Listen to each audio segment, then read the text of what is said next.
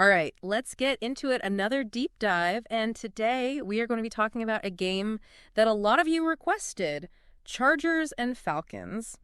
And I think a lot of you requested this one because, on the surface, it just seemed like a really interesting clash of styles. Yeah. Kind of like a classic, like a smash mouth football versus air raid offense. So are you ready to dive into this one? Yeah, absolutely. This is a great one to break down because it really highlights how the game is evolving at the NFL level. Yeah. You've got the Falcons coming in, like you said, with that old school, ground and pound, run heavy, control the clock mentality.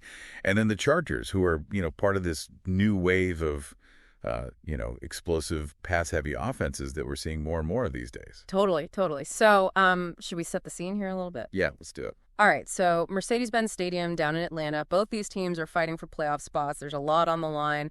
And early on, it seemed like the Falcons just had their way with the Chargers, especially on the ground. Yeah, you could just tell right away they had a game plan. They were going to establish the run, and they were going to stick with it. And Bijan Robinson, the rookie running back, was unbelievable. He had, 85 rushing yards and a touchdown in the first half alone? Yeah, he was a man on a mission. But you also got to give credit to that offensive line. Those guys were moving people, creating those huge holes for Robinson to run through. They were like road graders out there. Yeah. They were just like paving the way. It really makes you appreciate the importance of a good offensive line. Oh, absolutely. Yeah. Everyone loves the flashy runs and the touchdowns. But it all starts up front with those big guys in the trenches. Those unsung heroes, for sure. Yep. They don't always get the credit they deserve, but they're the foundation of a good offense. No doubt about it. And for the Falcons, it wasn't just about running the ball either. Right. Desmond Ridder, their quarterback, he was playing a very efficient game, I would say. Yeah, very smart, very disciplined. Sticking to those short passes, keeping the chains moving, letting that running game do its thing and really control the tempo. He wasn't trying to do too much, which is exactly what they needed from him in this game. Exactly. Just manage the game, don't make mistakes, and let that run game wear down the Chargers' defense. And meanwhile, the Chargers, they just looked completely out of sync in that first half, especially on offense. It's like they couldn't find their rhythm, Yeah. Justin Herbert, their quarterback, star player, he was under pressure all day. Yeah, Grady Jarrett especially was just giving him fits. It was like he was in Herbert's backfield all game. And you can just see how that pressure was affecting everything. Like, totally. He was having to scramble. He couldn't really step into his throws. It was almost like the opposite of what the Falcons were doing. Right. Their passing game, which is usually their strength, was totally shut down. And they couldn't get their running game going either. It was tough to watch if you're a Chargers fan. Right. Yeah, it was not the start they were hoping for. But they were only down 14-10 at halftime, which honestly felt like a miracle. Yeah, they were lucky to be that close, considering how dominant the Falcons looked. Yeah, they managed to get that one touchdown late in the second quarter. Herbert connected with Keenan Allen. That kept them in the game. But, man, you had to wonder, what adjustments could they possibly make at halftime to turn things around? That's what makes coaching so crucial in this league, You got to be able to make those in-game adjustments, adapt to what the other team is doing. And in the third quarter, it was like the Chargers flipped a switch. They came out looking like a completely different team. It was unbelievable. It was like they'd spent halftime dissecting the Falcons' defense, and they came out with a whole new playbook. Oh, yeah, for sure. They made some key adjustments, and the players responded. Yeah, they absolutely did. That 50-yard bomb from Herbert to Mike Williams was just like a statement play. Oh, man. It was like a bolt of lightning. You could feel the energy shift in the stadium. It was like, boom, the Chargers are back in this thing. And suddenly, their offense was clicking. They started moving the ball. They were making plays. Yeah, it wasn't just about the big plays either. Right. They started utilizing Austin Ekeler more, getting him involved in both the running and the passing game. Yeah, Ekeler is such a versatile weapon. He's electric. He finished with 100 all-purpose yards and 2 touchdowns. He was a nightmare for the Falcons' defense. They couldn't figure out how to stop him. It's funny, because the Falcons were so effective early on with that very specific, run-heavy approach. Right. But you often see this in the NFL. Teams start strong with a clear game plan. Yeah. But then defenses adjust. They figure things out. And then you got to have a counterpunch, right? Exactly. Yeah. And in this case, the Chargers started stacking the box, anticipating the run. Right. And the Falcons, they didn't really have that counterpunch in their passing game. So it's all about balance, right? Yeah. You need that multifaceted attack to keep defenses guessing. It's like a chess match. You have to be able to adapt and react to your opponent's moves. And you can't be predictable. Yeah. You can't just rely on one strategy, no matter how effective it might be initially. Exactly. You got to keep the defense on their toes. So even though the Falcons were dominating the time of possession in that first half, they weren't necessarily dictating the terms of the game, you know? Right. The Chargers weathered the storm, and then they were able to exploit the holes in their strategy. And that's what good teams do. Yes. They find a way to win even when things aren't going their way. And they make adjustments. That's huge. Absolutely. I mean, think about what it takes for a quarterback like Justin Herbert to operate under that kind of pressure. Yeah, I mean, he was getting hit all game long. It's not just about being physically gifted. It's about reading the defense, making quick decisions. Trusting your receivers, even when you're getting hit. It's mental toughness, you know? Oh, absolutely. It's being able to stay calm and collected under duress. Yep. And Herbert showed that he has that, for sure. But the Falcons didn't just roll over, did they? No, they fought back. It became a real back-and-forth battle. It was a great game to watch. It was.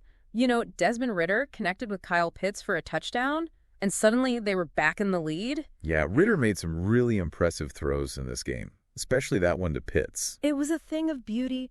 And the Falcons' defense, they kept making plays, too. Yep, they weren't going away quietly. It was a true test of both teams' resilience. Absolutely. It really felt like either team could win. Oh, yeah, it was down to the wire. But then, in the fourth quarter, the Chargers' defense, they started to step up. They made some big plays when they needed to. Yeah, Khalil Mack, the veteran linebacker, he had that crucial sack on Ridder, that first punt, and you could just feel the momentum shift again. Mack's a game changer. Oh, he's a disruptor, for sure. You could feel the energy shift on the field when he made that play.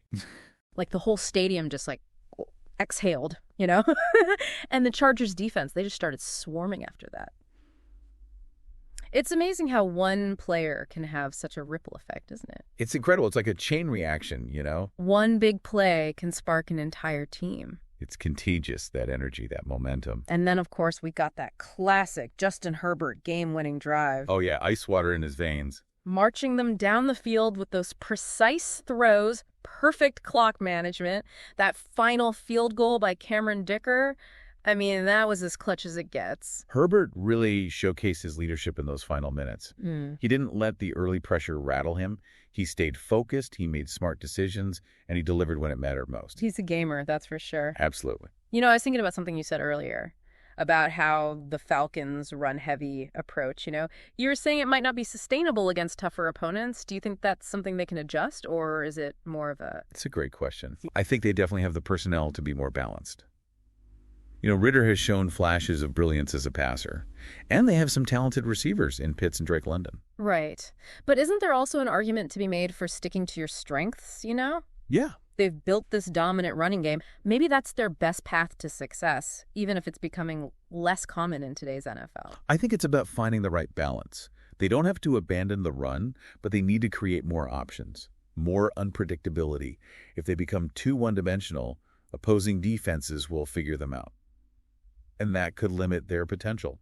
So it's about maximizing your strengths while minimizing your weaknesses. Exactly. And for the Falcons, that means developing a passing attack that complements their running game. Right, not just relying on it as their sole source of offense. This conversation really makes you appreciate how much strategy goes into every game, you know? It's crazy, right? It's like a giant chessboard out there, with coaches constantly trying to outmaneuver each other. And the players are the pieces on the board. Each with their own unique abilities and roles to play. That's what makes the NFL so fascinating. Yeah. It's a constant battle of wits, athleticism, and execution. You know, speaking of individual players, I want to circle back to Khalil Mack. You mentioned earlier how one player can have a ripple effect, and his impact on the Chargers defense was undeniable. Mack is a fascinating case study in veteran leadership. Right. He might not always put up flashy stats, right, but his presence on the field is immense. He's like a coach on the field, isn't he? Absolutely. Guiding the younger players, making adjustments, always seems to be in the right place at the right time. It's about more than just talent. It's about understanding the game at a deep level. Anticipating your opponent's moves, making those split-second decisions that can change the course of a game. His experience and football IQ are invaluable assets to the Chargers defense. It's like having an extra coach out there. Absolutely. He's a leader, a mentor, and a true difference maker. You know, this game got me thinking about a question I've been pondering lately. How do you think this emphasis on mobile quarterbacks is impacting the way teams evaluate and draft quarterbacks in the future? That's a great question. It seems like we're seeing more and more quarterbacks who can not only make plays with their arms, but also create havoc with their legs, you know? Guys like Lamar Jackson, Jalen Hurts, even Justin Fields, they're changing the way the game is played. They are. It's a whole new dimension to the quarterback position. It's forcing defenses to rethink their strategies, and it's adding a whole new dimension to offensive play calling. And to your point, it's definitely influencing how teams scout and evaluate quarterbacks. So do you think this trend will continue, or is it just a passing fad? What does it mean for teams that have invested in more traditional passers, like the Chargers with Herbert? It's a fascinating debate. On the one hand, the NFL has always been a cyclical league. Right. What's popular one year might be out of favor the next. Right. But on the other hand, this shift towards mobile quarterbacks seems to be more than just a trend. It feels like a fundamental shift in the way the position is played. Yeah. Teams are realizing that having a quarterback who can make plays with his legs creates so many more options, so much more unpredictability. Yeah. It's a nightmare for defenses. And to your point about the cyclical nature of the NFL, we saw in this game how effective a traditional pocket passer like Herbert can be. Right. He might not be as mobile as some of those other quarterbacks, but he's incredibly accurate, has a strong arm, and he can dissect defenses with his mind. He's a classic pocket passer, and there's still a place for that in the NFL. Definitely. It's a reminder that there's no one-size-fits-all approach to building a successful team in the NFL. You need to find the right players for your system, the right coaches to develop them, and the right strategies to maximize their potential. It's all about finding the right pieces of the puzzle and putting them together in the right way. And maybe that's the biggest takeaway from this game. It's not just about who won or lost. It's about the different approaches, the strategic battles, the individual performances that make the NFL so compelling. Every game is a story, a microcosm of the larger narrative that unfolds throughout the season. And it's our job as analysts, as fans, to unpack those stories, to explore the nuances, and to appreciate the complexities of this beautiful game. Well said. But before we wrap up, I have to ask you about something that's been on my mind lately. The impact of analytics on the game. It seems like every year we hear more and more about how data is influencing everything, from play calling to player evaluation. Where do you stand on this whole analytics movement? It's definitely a hot topic, and one that sparks a lot of debate within the NFL community. Oh, yeah. Some people embrace the analytical approach. They see it as a way to gain a competitive edge. They believe that data can provide valuable insights that might not be obvious to the naked eye. I can see that. Then there are those who are more skeptical. They argue that over-reliance on analytics can lead to overly conservative decision-making and take away from the art of coaching. Yeah, that makes sense. I can see both sides of the argument. Yeah, it's a complex issue. Data can be a powerful tool, but you can't just rely on numbers alone. There's still a human element to the game, instinct, intuition, experience, that can't be quantified. I think the key is to find the right balance. Use analytics as a tool to inform your decisions, but don't let it dictate your every move. Yeah. The best coaches and organizations will find a way to blend the analytical approach with their own experience and instincts. To use data to identify trends and patterns, but they'll also trust their gut and their knowledge of the game. Exactly. It's like any tool. Yeah. It can be used for good or for bad. Exactly. It all depends on the person wielding it. It's about using data to enhance your understanding of the game, not to replace it. And this whole discussion about analytics actually ties in quite nicely with the game we've been analyzing today. We saw the Falcons, a team that relies heavily on a traditional run-first approach, struggle against the Chargers, a team that embraces a more modern, pass-heavy, analytics-driven style of play. It's a microcosm of the larger debate happening within the NFL.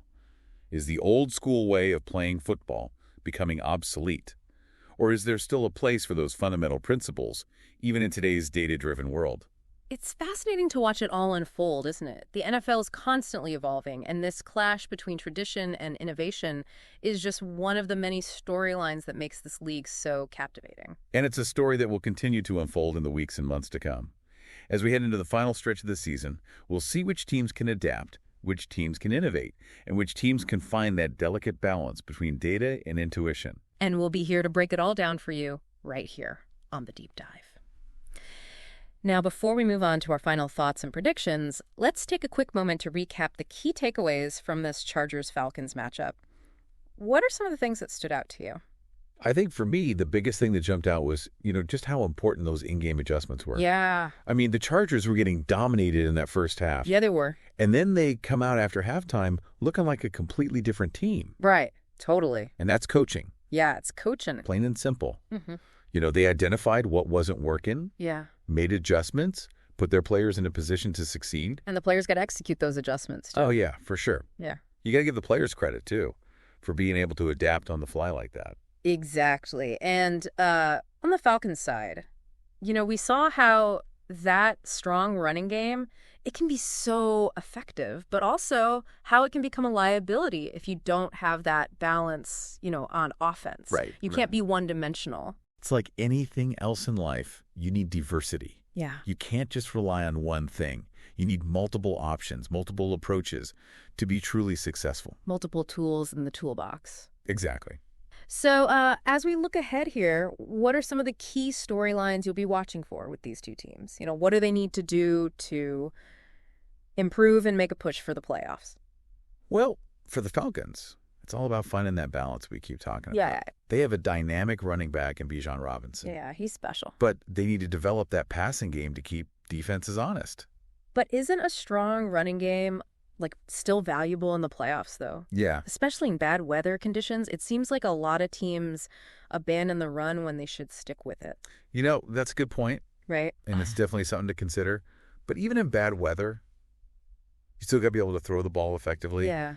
Even if it's just short passes to keep the chains moving, you can't become completely one-dimensional. Mm-hmm. Because good defenses, they'll take advantage of that. Yeah, they'll figure you out. Exactly. So for the Falcons, it's about finding that sweet spot, maximizing their strengths, while also developing a more well-rounded attack. Absolutely. And for the Chargers, for them, it's about consistency. They've shown flashes of brilliance this season, but they've also had some head-scratching moments. Some ups and downs, for sure. Like that game against the Chiefs a few weeks ago. Oh, yeah, that was a rough one. They just couldn't get anything going on offense. They have the talent, they have the coaching, but they need to put it all together week in and week out. They got to find that consistency, that killer instinct, if they want to be a true contender. So if you had to make a prediction, which team do you think has more potential to make a deep playoff run? Based on what we've seen. Ooh, that's a tough one. Both teams have their strengths and weaknesses. The Falcons have that dominant running game, but they need to develop more balance on offense. The Chargers, they have a more explosive, well-rounded attack, but they need to find that consistency we talked about. It's like choosing between a powerful engine and a finely tuned machine. Ooh, I like that analogy. It really captures the essence of this matchup. And honestly, I think it could go either way. If the Falcons can find that offensive balance and the Chargers can play up to their potential, they could both be dangerous teams in the playoffs. I guess that's why we love the NFL, right? It's unpredictable, it's exciting, and you never know what's going to happen next. This game really was a microcosm of the league as a whole. It really was. It had everything you could ask for. Strategic battles, individual brilliance, a nail-biting finish. It also gave us a glimpse into some of the larger trends shaping the NFL today. The rise of mobile quarterbacks, the increase in influence of analytics, that ongoing debate between tradition and innovation. It's funny. I was just thinking about something you said earlier about how the NFL is constantly evolving. It's like a living organism, always adapting, always changing. And that's what makes it so fascinating to follow. You're never really done learning, are you? Never. There's always something new to discover, some new wrinkle to analyze, some new trend to dissect. And that's what keeps us coming back for more. Exactly. And that's what we try to do here on The Deep Dive, to go beyond the surface, to explore the nuances, to share our insights with you. It's about more than just watching the games. It's about understanding them, appreciating them, engaging with them on a deeper level. So as we wrap up this episode, we want to leave you with one final thought. Don't just be a spectator. Be an active participant in the NFL experience. Pay attention to the details, ask questions, challenge assumptions, and don't be afraid to dive deep into the fascinating world of professional football. And most importantly, have fun. That's right. The NFL is a game, and games are meant to be enjoyed. So, whether you're a diehard fan or a casual observer, we hope you enjoyed this deep dive into the Chargers-Falcons matchup. Until next time, keep learning, keep exploring, and keep diving deep. Today is your lucky day. Today is the day that our $3 website works for you, paying you directly to your PayPal daily. Imagine $3 ongoing continuous payments to your PayPal account. Imagine falling asleep and waking up to $300 in your PayPal account. How would this make you feel? How could this help you? What bills could you pay? What kind of fun could you have? What does that retirement look like now? All for a one-time payment of $3. This website is DFY done for you, fully built and completely hosted, and never stops collecting payments for you. You have spent $3 on coffee on a regular, but that coffee won't help you create multiple streams of income. Click the link below.